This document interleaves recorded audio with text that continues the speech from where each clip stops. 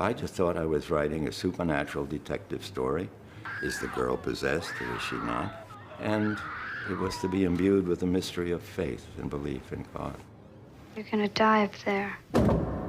Hello, I'm William Peter Blatty, the author of The Exorcist. I'd like to read for you today a few of my favorite excerpts from the novel. In this passage, Father Damien Karras, the Jesuit psychiatrist, has finally relented and agreed to examine Chris McNeil's daughter, whom she claimed is possessed. This is Karras's first meeting with Regan and/or the demon. Regan's eyes gleamed fiercely, unblinking, as a yellowish saliva dribbled down from a corner of her mouth to her chin, to her lips stretched taut into a feral grin of bow-mouthed mockery. Well, well, well, she gloated sardonically, and hairs prickled up on the back of Karras's neck at a voice that was deep and thick with menace and power. So it's you. They sent you, she continued as if pleased. Well, we've nothing to fear from you, Karras.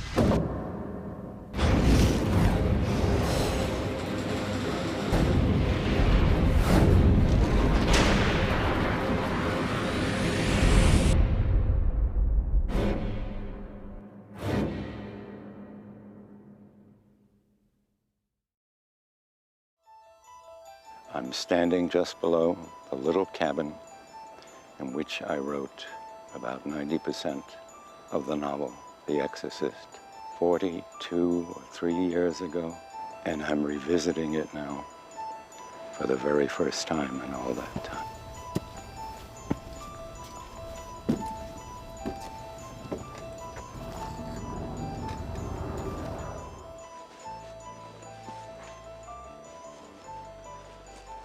Oh my God, what a lot of memories. It's a little guest house that used to belong to Angela Lansbury, and I was in here for almost a year, night and day, until the novel was completed. I want to look around a little. Yeah, there used to be a little table. I ate most of my meals standing up, but there was a little round table, and I remember having a Ouija board sitting on here, and a chair. That was the bathroom. I think they spiffed it up a little. No, there was no shower, there was just a tub.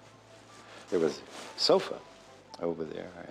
Oh, well, my desk, I had a great big wraparound walnut desk, and I faced in. I was working on an IBM. I remember the color, it was green. Just, I am blown away being back here. There's the kitchen. Oh, well, it didn't look much like this, but I ate most of my meals in here, standing up, sometimes over at that little table. My bedroom was, yeah, right here. Wow, I got a fan now. No, never before. I mean, it's exactly the same, but not. We are in Encino, California, up a hillside south of Ventura Boulevard, very quiet. And it was 2.5 blocks away from my former home where my family still lived. My wife and I were separated. And one of the special reasons, other than the silence, was that my kids could come up and visit me anytime they wanted me. They knew where Dad was all the time. And it had to have been 1968, and I wrote 90% of the novel here, but I started elsewhere. I made 2 abortive attempts. First, I said I'm going to rent a cabin in the woods in Lake Tahoe, all by myself. And for 6 weeks, I was typing. The mysterious rappings began on the night of April. Oh, wait a minute. No, April 1st. The rhythm is off. Okay, I'll rewrite. I make it April 13th. And then I go back and I read over. No, the rhythm is all screwed up in this paragraph. And I spent 6 weeks doing exactly that, hung up on the rhythm of the words. Then, thank God, I got called away for a screenwriting job that actually paid me a salary. And when I came back to The Exorcist, I realized what my error had been, why I kept retyping that same opening. I was opening in the wrong place. That's how I came to realize I must open in northern Iraq with the man who is going to perform the exorcism, Father Marin.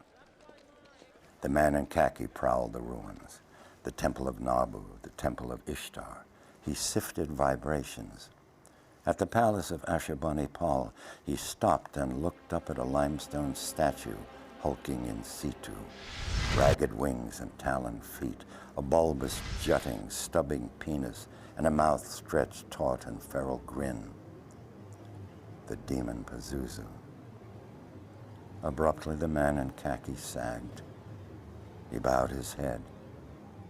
He knew it was coming.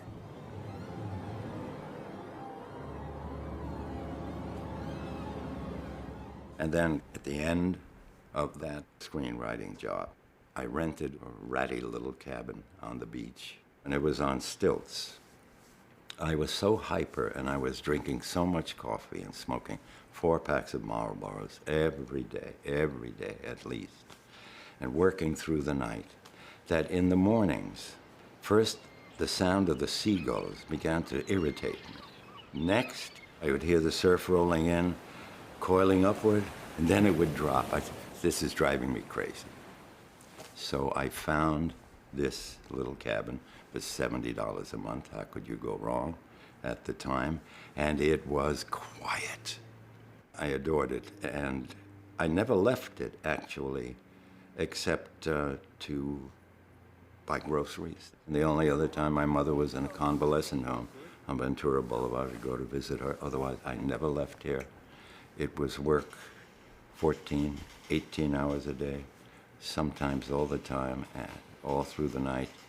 And through the nights were the most wonderful times, alone with your coffee and your cigarettes, and they become your companions, if not your mistresses. And I didn't realize it at the time, but those hours from midnight to morning, especially as you get toward 3 and 4, those are the dream time hours, when you're meeting your unconscious and interacting with your unconscious. The unconscious is the far more intelligent, knowledgeable, and certainly creative part of you. And there I was awake and able to tap my dreamtime creativity. But as I say, that was a late realization. But I was a comedy writer. This was the first time I had ever written even a paragraph without a smile in it, maybe even a sentence without a smile in it. I had no idea that I could actually accomplish this. And it began as mental manual labor. And it wasn't very helpful that I had no plot. Your mother's in here with his cars. Would you like to leave a message? I see that she gets it. But it is a fact that to this moment, I have no recollection whatsoever of any moment, any page that I was writing in which I was trying to scare anybody. Which, many people now hearing this will probably take it as an admission of failure on a stupefying scale. All I knew was that there was going to be a young girl who was allegedly possessed, and that's all I knew. However, I knew all the history of demonic possession. I knew all the symptomology. I had read every case that's available in writing in the Library of Congress. I thought you were supposed to be an expert. There are no experts. You probably know as much about possession as most priests. These are notes I typed before starting to write the novel, part of my research. They are the physical symptoms of possession. That's what I had to work with instead of a plot.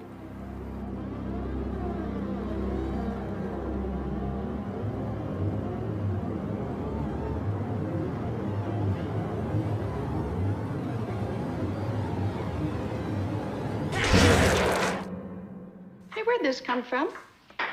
I knew I was going to use a Ouija board somewhere in the story. and I knew nothing about them.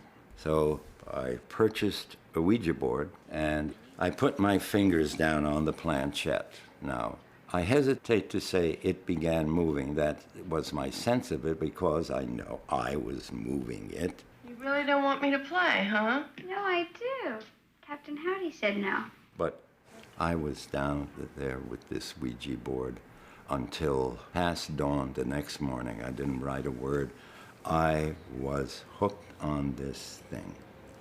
And I say it appeared to be moving, and yet I was moving it. I've theorized since that the unconscious mind is the bridge to the other side, if it exists, which I'm positive it does. So yes, you are moving it, but your unconscious is telling you. Not a spirit, your unconscious is telling you, and the unconscious is linked up with the spirit somehow. And I remember one night, the phone rang around 10:15. It was Dr. Libros. My mother had passed away. My grief was borderline neurotic, or maybe fully neurotic. I mean, Karas's grief over his mother's death. Yeah, I knew what that felt like. So anything like this Ouija board experience was very pleasant.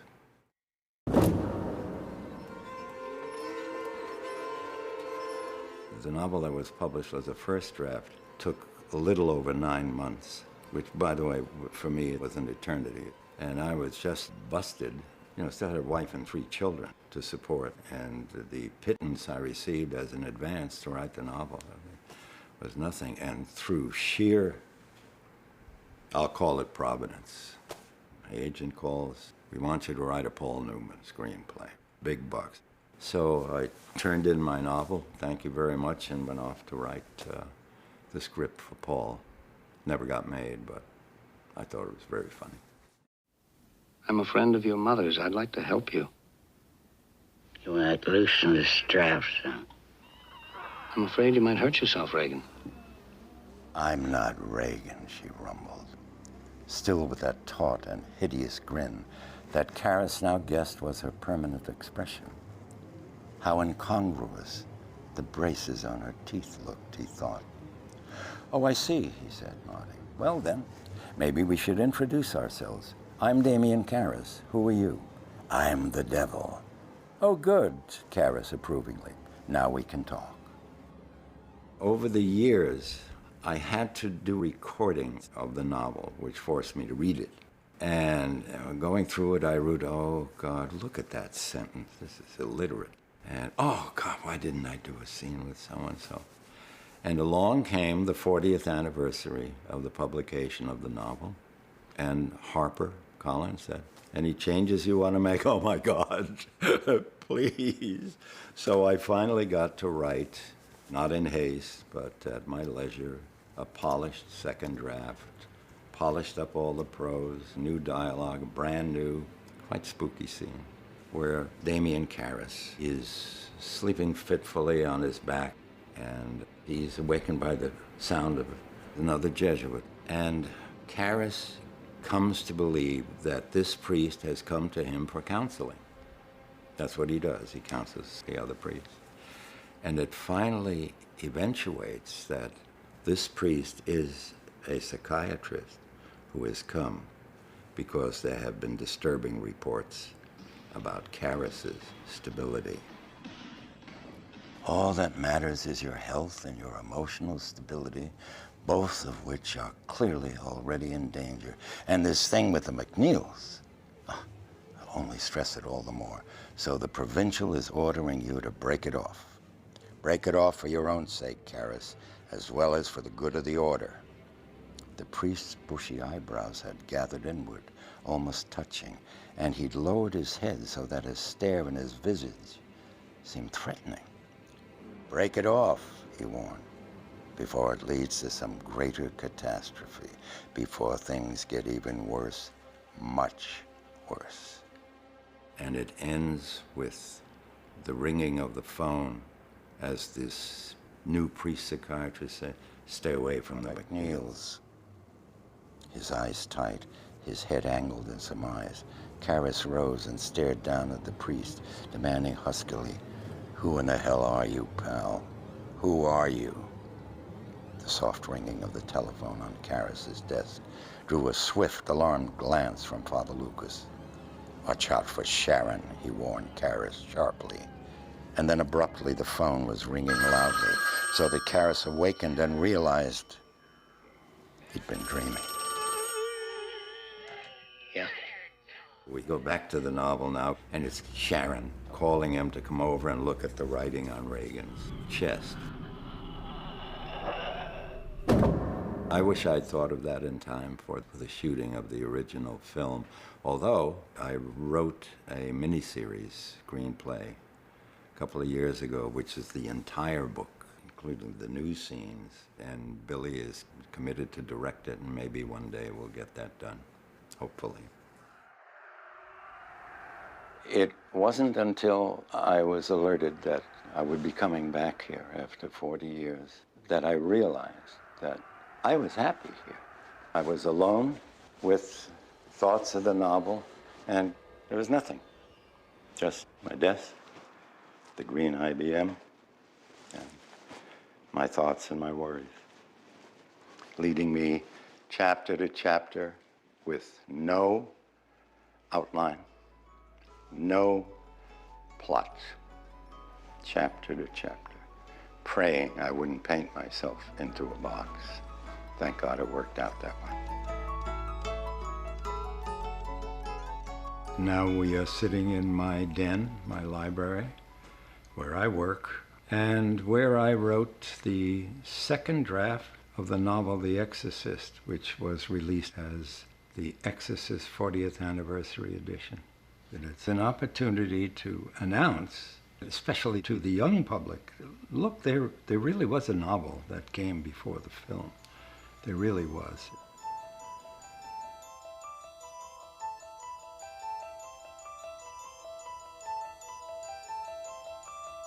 I'd like to read for you a little passage early on in the novel, which Chris McNeil first sets foot on campus. Fun, she thought. Fun neighborhood. Damn it, why don't I stay? Why don't I buy the house? Just start to live. A deep booming bell began to toll, the tower clock on the Georgetown University campus. The melancholy resonance shivered on the surface of the mud-brown river and seeped into the actress's tired heart.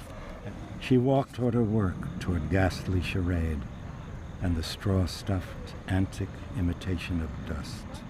As she entered the main front gates of the campus, a depression diminished, then lessened even more as she looked at the row of trailer dressing rooms aligned along the driveway close to the southern perimeter wall. And by 8 a.m., the day's first shot, she was almost herself. She started an argument over the script. Oh, you don't want the building torn down? And Come on, I can read for Christ's well, sake. what's wrong? Well, why are they tearing the building down? Right now, we are on the campus of Georgetown University in Washington, D.C. We're on the main campus, right by the front, right in front of the Healy Building. To my right is the John Carroll statue, the founder. We are, for me, at home. I love this place. I spent 4 years here, and if they hadn't given me a scholarship, I never would have gone to college at all, ever heard about possession and exorcism. I am crazy about Georgetown. And in one of those classrooms, I listened to a Jesuit priest. He was teaching a theology course, New Testament. Father Eugene Gallagher began to go off on a case of possession and exorcism, and that's where I first heard about possession. How long are you planning to stay in Reagan? Until she rots and lies stinking in the earth. I was so riveted because it gave some evidence for one's religious faith. But there was a nearer target than that, actually, and that is the evidence it gives for life after death. And that helped me a great deal with coping with the passing of my beloved son, Peter, at the age of 19. almost 6 years ago of an extraordinarily rare heart condition that just took him suddenly and immediately.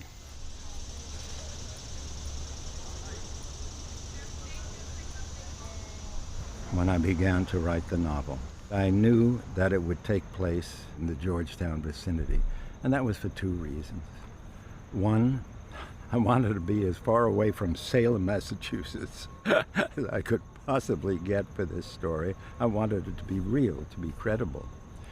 And I had as my two opposed central characters a Jesuit psychiatrist who thinks he's lost his faith and therefore doubts that there is such a thing as true possession. Miss McNeil, since the day I joined the Jesuits, I've never met one priest who has performed an exorcism, not one. And an atheistic mother who goes to extreme lengths to convince the psychiatrist that it is true possession. A very nice irony. Now, I want you to tell me that you know for a fact that there's nothing wrong with my daughter except in her mind. You tell me you know for a fact that an exorcism wouldn't do any good. You tell me that! And it was easy to do if I said it here. Georgetown, Jesuits, Jesuit psychiatrist, and the atheist, movie actress, easy. Have her shooting a film on the campus. And that's how I was able to marry the two. I did have a cameo appearance in the film. I played the producer, and in fact I was the producer of the film, but that was not planned. I never put that in the script. There was no such character. The night before that scene was shot, Billy Friedkin sent a messenger to rap on my door and come in and ask me if I would extemporize a scene in which I played the part of the producer of the film arguing with the director of the film who was going over budget and so on. And so right there in front of the steps, almost this very spot is where I did it. It was all extemporaneous. And there was a large crowd of bystanders, students mainly, but not all Georgetown students, students from all over the place. There might have been a lot of extras as well. It was the talk of the town at the time.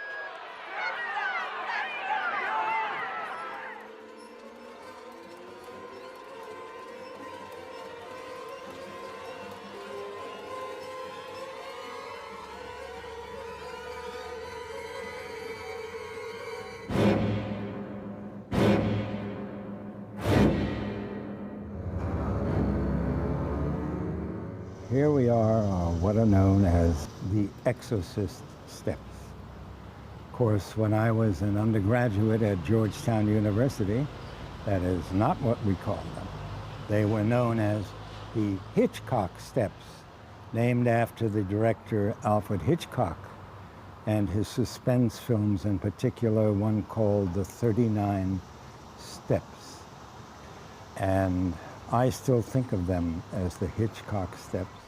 And so I was thoroughly familiar with this location, which is why I finally arrived on them as the means of killing Burke Dennings and then having Damien Karras leap out the window to his death to save Reagan the girl.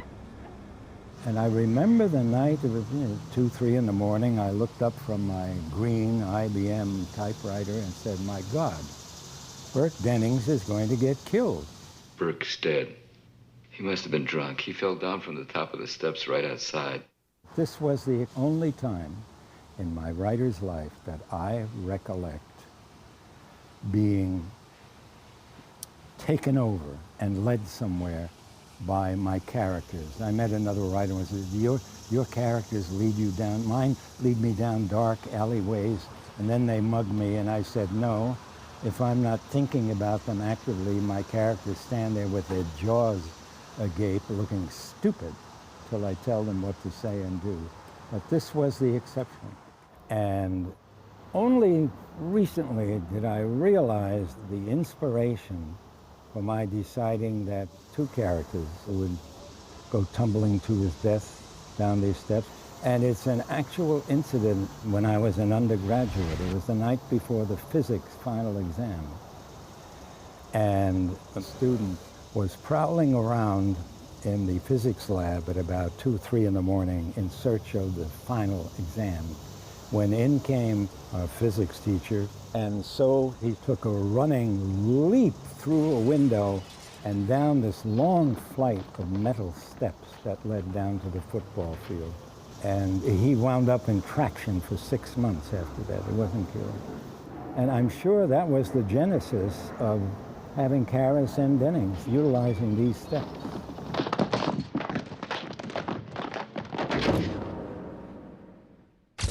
Nice meeting you.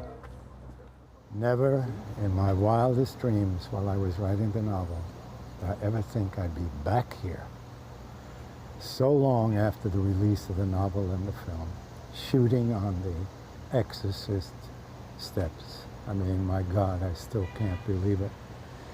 Hasn't sunk in. You are a celebrity here. Oh, God. Oh, my God. Who knew? Whoever dreamed it? Fighting back the tears, Dyer leaned down closer, and putting his mouth next to Karras's ear, he said softly, "Do you want to make your confession now, Damien?" A squeeze. "Are you sorry for all the sins of your life and for having offended Almighty God?" The hand slowly releasing, and then a squeeze. Looking back upright, Dyer slowly traced the sign of the cross over Karras as he emotionally recited the words of absolution. Ego te absolvo. An enormous tear rolled down from a corner of Karras's eye, and now Dyer felt his wrist being squeezed even harder, continuously as he finished the absolution. In nomine Patris et Filii et Spiritus Sanctus. Amen.